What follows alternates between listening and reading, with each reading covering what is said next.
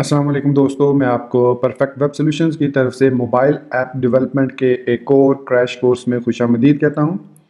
दोस्तों, मेरा नाम इमरान कासिम है और आज के इस मोबाइल ऐप डेवलपमेंट के ट्यूटोरियल में या क्रैश कोर्स में हम सीखेंगे कि किस तरीके से हम रिएक्ट नेटिव से एप्लीकेशन क्रिएट करके उसको अपने एंड्रॉयड एमुलेटर पर या एंड्रॉयड फिजिकल डिवाइस पर टेस्ट कर सकते हैं। मैं अपने इस वीडियो ट्यूटोरियल में आपको दिखाऊंगा कि कैसे हम एमुलेटर को प्रॉपरली इंस्टॉल करके उस पर एप्लीकेशन को एग्जीक्यूट कर सकते हैं। तो दोस्तों, इससे पहले कि मैं अपने इस वीडियो ट्यूटोरियल को स्टार्ट करूं, मैं आपसे रिक्वेस्ट करूंगा कि अगर आपने अभी तक मेरे चैनल को सब्सक्राइब नहीं किया तो काइंडली इसको सब्सक्राइब ज़रूर कर लें और साथ में मौजूद जो बेल का आइकन है उसको प्रेस करना मत भूलिएगा, ताकि मेरी आने वाली हर नई वीडियो या सीरीज़ की नोटिफिकेशन आपको आपकी ईमेल में या आपकी यूट्यूब ऐप में आपको मिलती रहे और आप उससे अप टू डेट रह सकें। Thank you very much. तो चलिए शुरू करते हैं इस वीडियो ट्यूटोरियल को।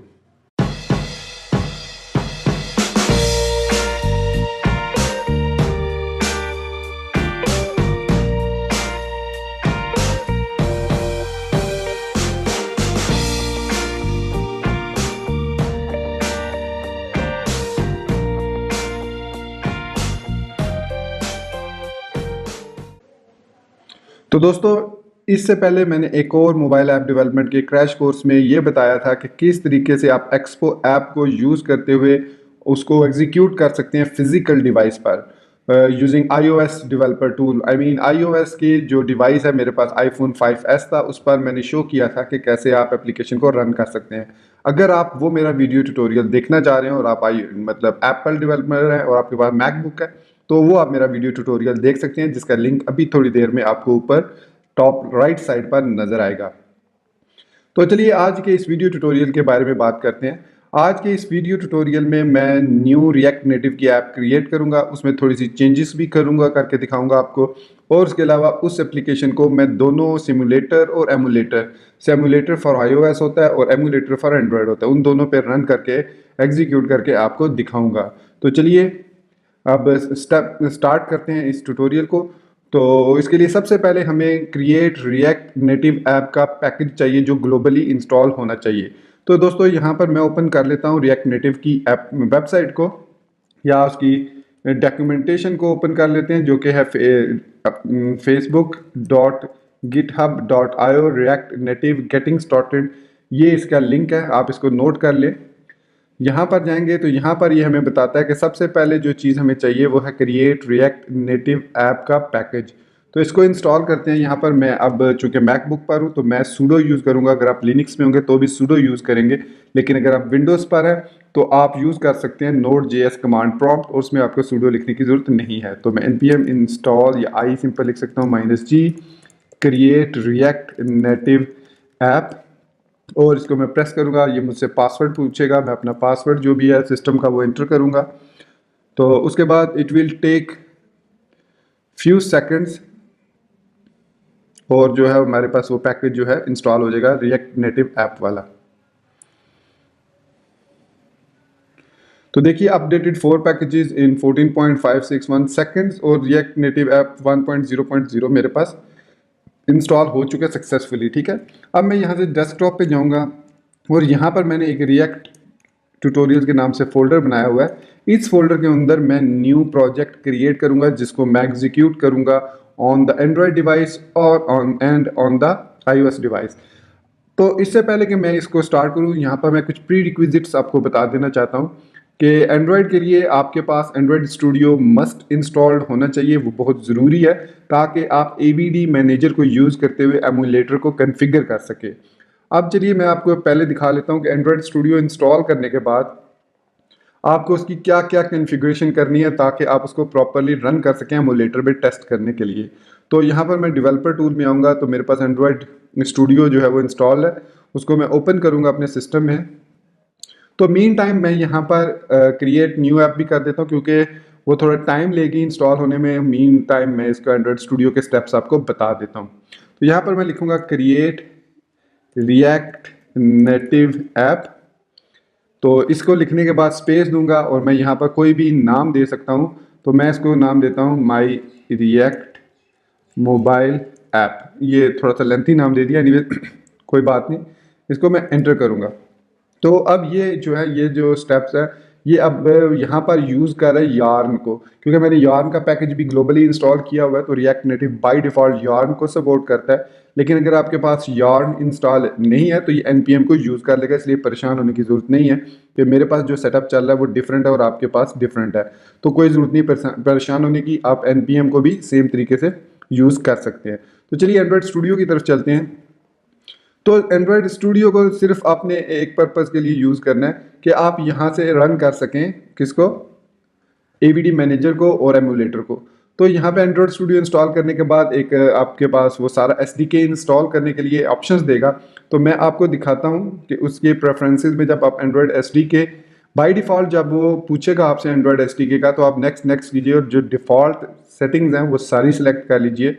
उसके बाद जब वो फिनिश हो जाए, डाउनलोडिंग एसडीके की सारी एसडीके की डाउनलोडिंग फिनिश हो जाए, उसके बाद आप प्रेफरेंसेस में जाकर एंड्रॉयड एसडीके में यहाँ पे आपके पास शो पैकेज डिटेल का ऑप्शन होगा, इस पर क्लिक करेंगे तो इसमें आपको जो सिस्टम के मुताबिक आपका जो भी कंप्यूटर है, मतलब आप जो भी यूज़ कर रहे हैं, विंडोज़ 32 बिट है या 64 बिट है, लाइनिक्स है, या उसका आर्किटेक्चर जो है वो कौन सा, ये देखना बहुत ज़रूरी है।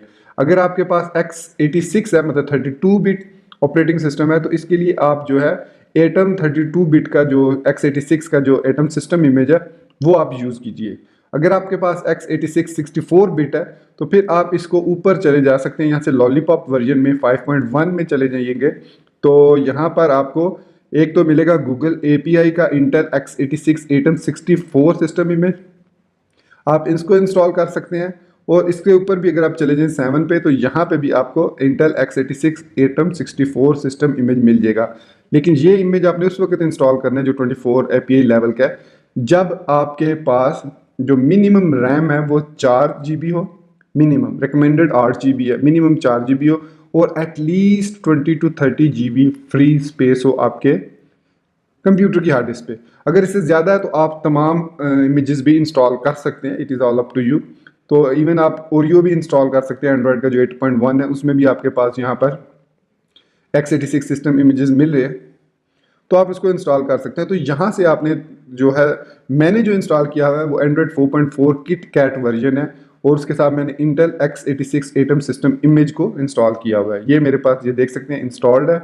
और यहाँ पर अगर मैं आपको दिखाऊं तो ये सारे जो पैकेजेस हैं ये इंस्टॉल्ड के जो यहाँ पर आपको नज़र आ रहा होगा जो जो इंस्टॉल्ड हैं, ये अपने एसडीके प्लेटफॉर्म से सिलेक्ट कर लेना है।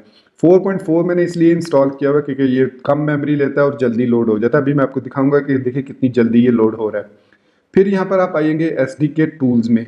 एसडीके टूल्स में भी आप शो पैकेज डिटेल पे क्लिक कर लीजिए, और यहाँ पर मैं आपको स्टेप बाय स्टेप दिखाता जाता हूँ कि एंड्रॉयड एमुलेटर चाहिए, एंड्रॉयड एसडीके प्लेटफॉर्म टूल्स चाहिए, Android SDK tools, Google cloud messaging ये ऑप्शनल है, इसको ज़रूरत नहीं है आपको इंस्टॉल करने की, गूगल वेब ड्राइवर चाहिए, instant app development SDK, Intel x86 emulator accelerator, ये जो है ये मस्ट है, ये आपने लाजमी इंस्टॉल करना है। फिर इसके अलावा यहाँ पर आप नीचे आ जाएँ तो Android support repository, Google repository, ये पैकेजेस ऑप्शनल है, इंस्टॉल करना चाहें तो कर सकते हैं। इसमें मोस्ट जो इंपॉर्टेंट है वो एंड्रॉयड एमुलेटर है, एंड्रॉयड एसडीके प्लेटफॉर्म टूल्स है, एंड्रॉयड एसडीके टूल्स हैं।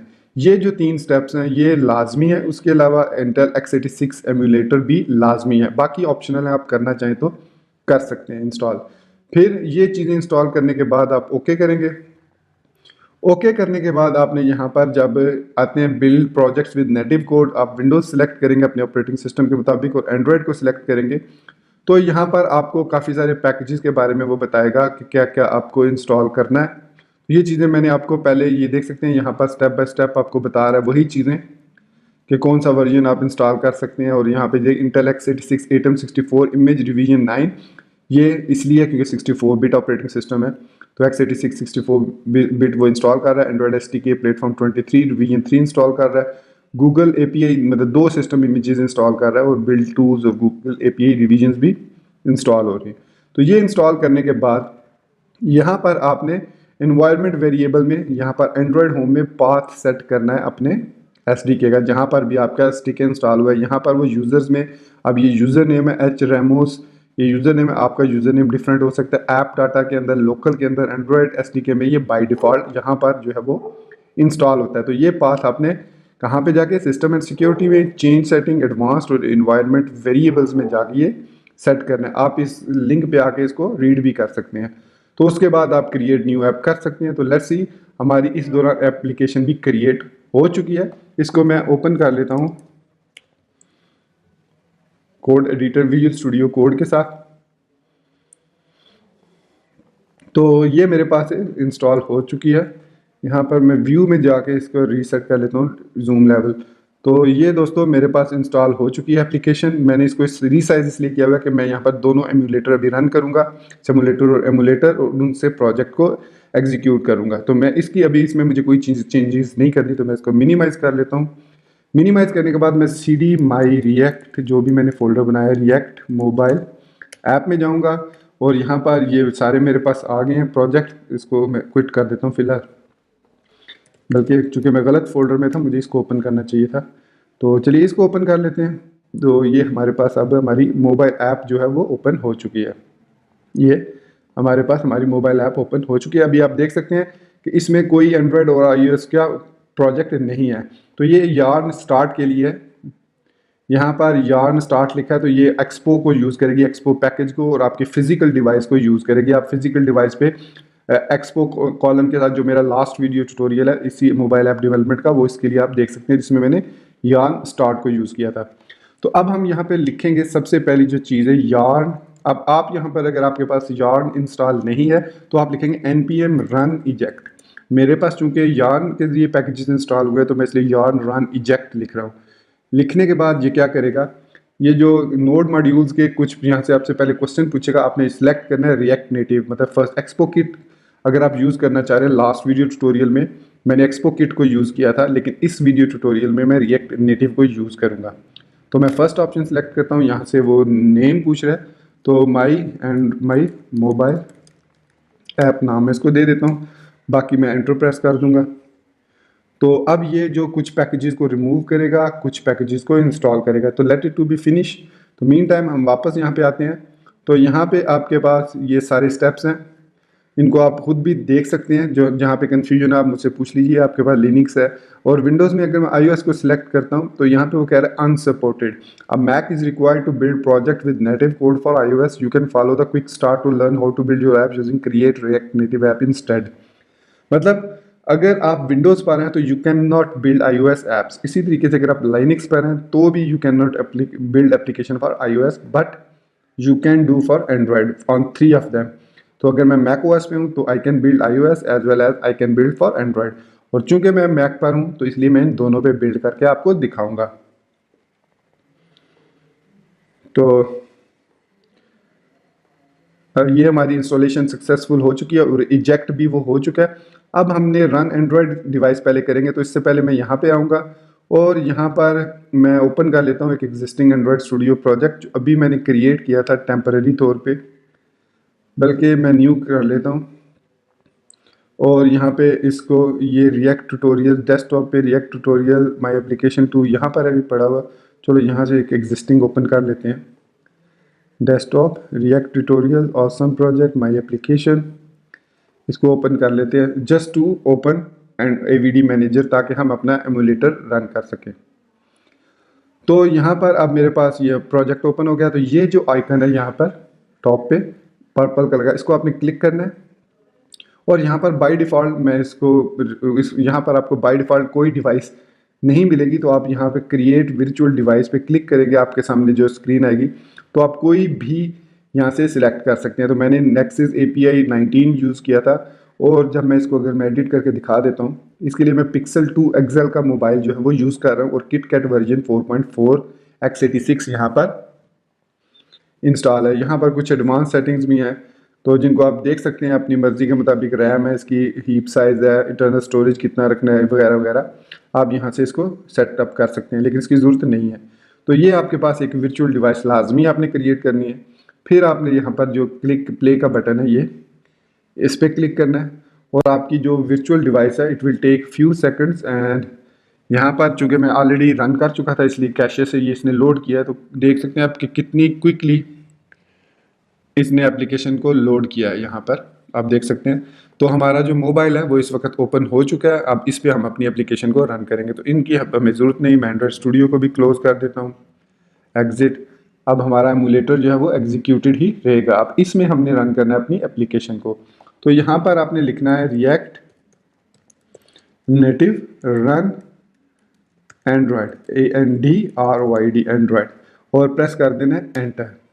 तो ये कुछ टाइम लेगा, अप्रॉक्सीमेटली जो है ये 5-1 मिनट लेगा इंस्टॉल होने में। तो इस दौरान मैं अब यहाँ पर दूसरा भी रन कर देता हूँ। मैं यहाँ पर न्यू टैब ओपन करता हूँ Alt कमांड T की मदद से, CMD T की मदद से। तो आप न्यू टर्मिनल भी ओपन कर सकते हैं, न्यू कमांड प्रॉम्प्ट, और यहाँ पर मैं लिखूँगा रिएक्ट नेटिव रन iOS।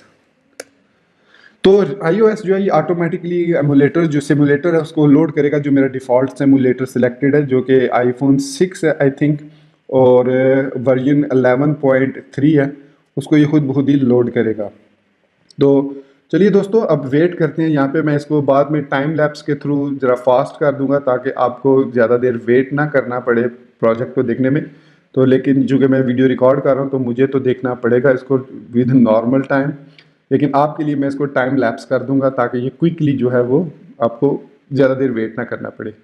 तो मैं यहाँ पर बल्कि एक और काम करते हैं, लेकिन चलिए चलने दें ताकि आप भी देख सकें कि हो क्या रहा है। तो आप यहाँ पर देख सकते हैं कि इसने लॉन्चिंग iPhone 6 है। अभी यहाँ पर हमारे पास iPhone 6 स्क्रीन पर कहीं पर ओपन हो जाएगा खुद ही।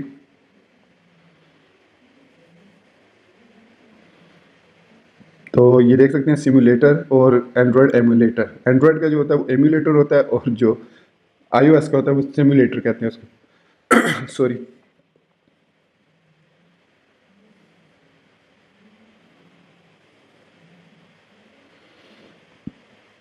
अच्छा, यहाँ पर मैं चंद चीज़ें और भी बताता चलूँ कि after successful building the project, ये जो हमारे पास यहाँ पे running metro bundler on port 8081 है, ये इसलिए है कि जब आपका प्रोजेक्ट रन हो जाए दोनों डिवाइस पर, तो आप जो अपना एडिटर आपने ओपन किया हुआ है इसमें अगर आप जाके कोई चेंजेस करते हैं तो वो दोनों चेंजेस यहाँ पर लाइव रीलोड होनी चाहिए। तो आप देख सकते हैं कि अभी हमारा जो प्रोजेक्ट है एंड्रॉयड डिवाइस पर रन हो रहा है, लेकिन चूंकि iOS वाली अभी रीलोड हो रही है तो it will take some more time. तो मैं आपको बताता हूँ कैसे हम लाइव रीलोड को इनेबल कर सकते हैं on iOS as well as on Android device. By default sometime जो है वो लाइव रीलोड जो फीचर है वो डिसेबल्ड होता है, मतलब एनेबल्ड मतलब डिसेबल्ड होता है या होता ही नहीं है। तो उसकी एक कमांड है जो आप कमांड प्रॉम्प्ट रन करते हैं, IDB शेल की कमांड है, तो उसके बाद वो जो है वो काम करना शुरू कर देता है। अभी मैं आपको दिखाता हूँ। तो मेरा जो सिमुलेटर है वो भी लोड हो चुका है। आप देख सकते हैं iPhone 6 है, 11.3 iOS वर्जन के साथ है, लेकिन चूंकि अभी ये बिल्ड जो है इसकी ये थोड़ा टाइम लेगी तो इसलिए, और जबकि एंड्रॉयड की बिल्ड जो है वो ज़रा सक्सेसफुली हो गई है।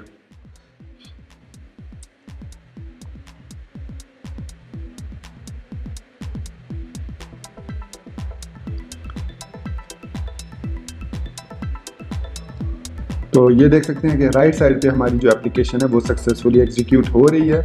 मैं इसको ओपन रहने देता हूँ एंड लेट्स सी, और जो है वो भी iOS वाली भी अब काफ़ी हद तक बिल्ड हो चुकी है। Let's wait.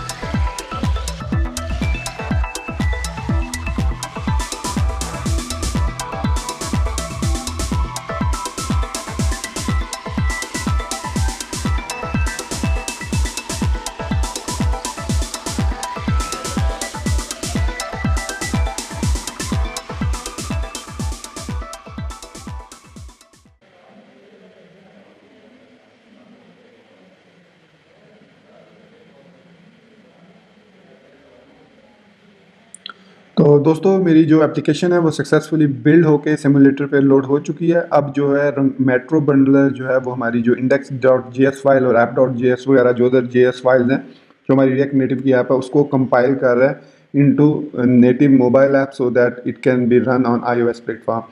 Same thing happen with Android. और दूसरी चीज़ प्लस इसका फीचर रेट्रो बंडलर का ये है कि जैसे ही मैं कोई चेंज करूंगा तो उसका लाइव रिफ्लेक्ट होगा इन दोनों डिवाइसेस पर लाइव अभी इसी वक्त। तो लेकिन उससे पहले बाय डिफ़ॉल्ट समटाइम जो है लाइव रीलोड एनेबल्ड नहीं होता है दोनों डिवाइसेस में।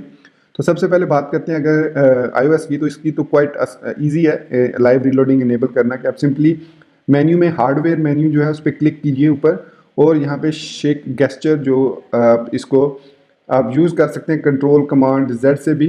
तो इसको मैं क्लिक करूँगा गेस्चर शेक गेस्चर को, तो यहाँ पर ये मेन्यू आपका आ जाएगा react native development bridge system JSC, और यहाँ पर आप एनेबल लाइव रीलोड कर दीजिएगा ये, ठीक है। एनेबल लाइव रीलोड करने से ये होगा कि जब हम एडिटर में कोई भी चीज़ चेंज करेंगे तो उसका लाइव इफेक्ट होगा यहाँ पर। अब बात करते हैं एंड्रॉयड की, तो एंड्रॉयड के लिए हम आल्ट जो है वो विंडोज़ पे और मैक पे कमांड की है, उसको प्रेस करके आप साथ M प्रेस करेंगे तो यहाँ पर आपके पास एनेबल लाइव रीलोड का फीचर आ जाएगा। अब ये सम टाइम ये एनेबल नहीं होता, आप मतलब कमांड M या आल्ट M प्रेस करते हैं तो ये शो नहीं होता। तो इसकी सोल्यूशन ये होती है कि यहाँ पर आप अपने माई रिएक्ट मोबाइल ऐप के या किसी भी टर्मिनल में जाके वहाँ पर लिखेंगे।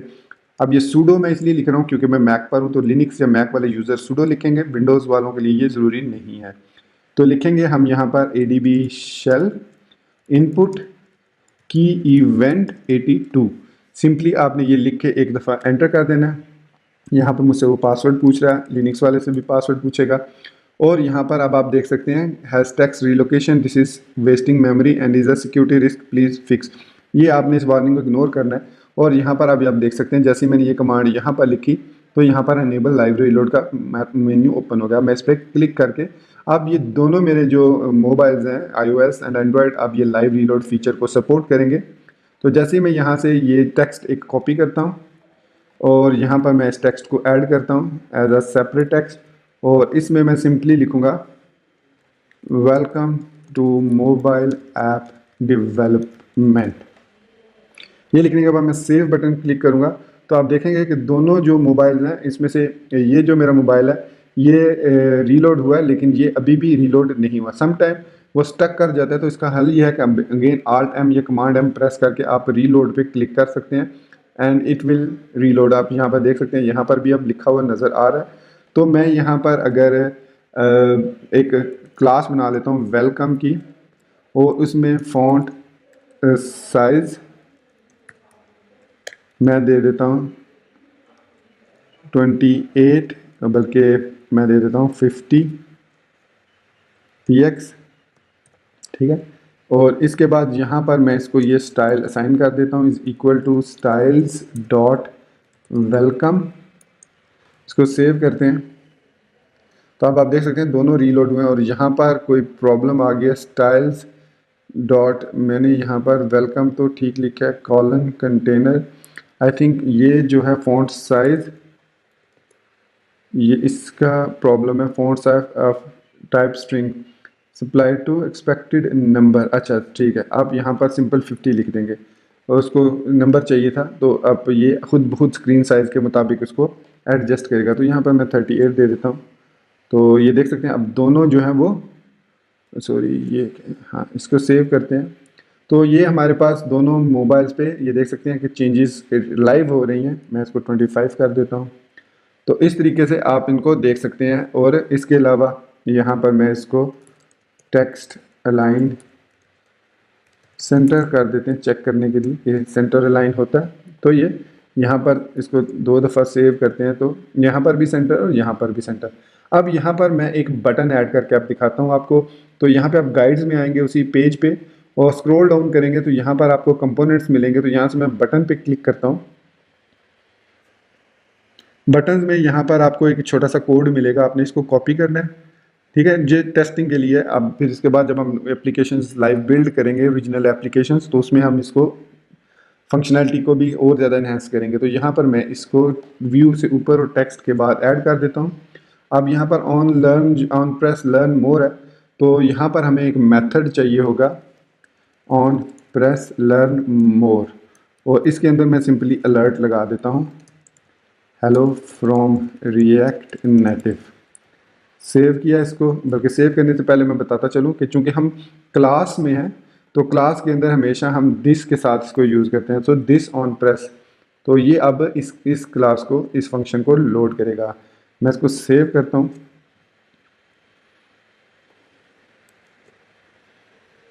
दो दफ़ा करना पड़ा तब यहाँ पे ये अब कैनट फाइंड, सॉरी, अब मैंने इस बटन को इंपोर्ट भी करना है, तो यहाँ पर हम इस बटन को इंपोर्ट भी करेंगे। सेव किया तो अब यहाँ पर ये रीलोड हो रहा है, लेकिन यहाँ पर रीलोड नहीं हुआ, तो Alt M या कमांड M प्रेस करेंगे और रीलोड पे क्लिक कर देंगे।